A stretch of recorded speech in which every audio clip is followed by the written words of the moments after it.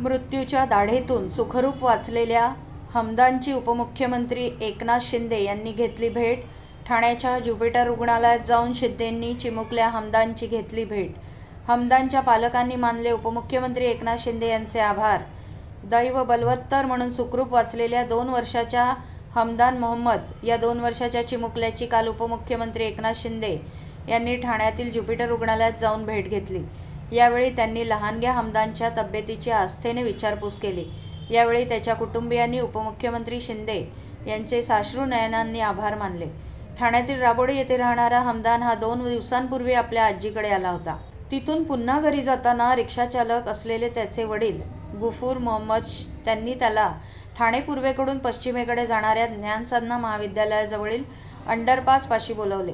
वडिलांना पाहून आजीचा हात सोडून धावत सुटलेला हमदान त्याचवेळी आनंदनगर नाल्यातील पाण्याचा उपसा करण्यासाठी मेन हॉलवर लावलेल्या पाईपवर पाय पडल्याने थेट 25 फूट खोल गटारात जाऊन पडला. स्थानिक नागरिकांनी याबाबत आरडाओरडा करून त्याला बाहेर काढण्याचे प्रयत्न सुरू केले.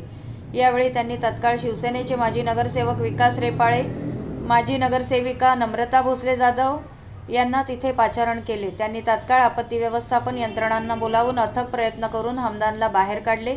मात्र नाकातोंडात पाण्याचे गटाराचे दूषित पाणी गेल्यामुळे तसेच गटारात त्याचा श्वास गुदमरल्यामुळे तो अत्यवस्थ झाला होता.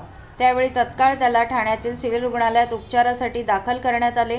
मात्र त्याची तब्येत वेगाने ढासळत असल्याचे पाहून विकास रेपाळे आणि नम्रता जाधव भोसले यांनी तात्काळ उपमुख्यमंत्री एकनाथ शिंदे यांना फोन करून तात्काळ त्यांच्या कानावर ही बाब घातली.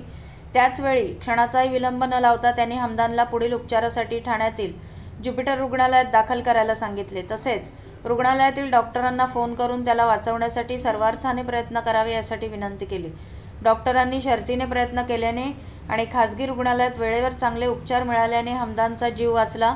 काल उपमुख्यमंत्री एकनाथ शिंदे यांनी ठाण्यातील ज्युपिटर रुग्णालयात जाऊन स्वतः हमदानची भेट घेतली. तसेच डॉक्टरांकडून त्याची तब्येत कशी आहे हे जाणून घेतले. हमदानची तब्येत आता पूर्णपणे बरी असून नाकातोंडात दूषित पाणी गेल्याने झालेला निमोनिया देखील आता आटोक्यात आला आहे. संकटकाळी मदतीला धावून येत आपल्या मुलाचा जीव वाचवल्याबद्दल हमदानच्या आईवडिलांनी उपमुख्यमंत्री एकनाथ शिंदे यांचे आभार मानले. तसेच वेळेत त्यांच्यापर्यंत ही बाब पोहोचवून आपल्या मुलाला नवीन जीवनदान मिळवून दिल्याबद्दल माजी नगरसेवक विकास रेपाळे आणि माजी नगरसेविका नम्रता भोसले जाधव यांचेही त्यांनी आभार मानले.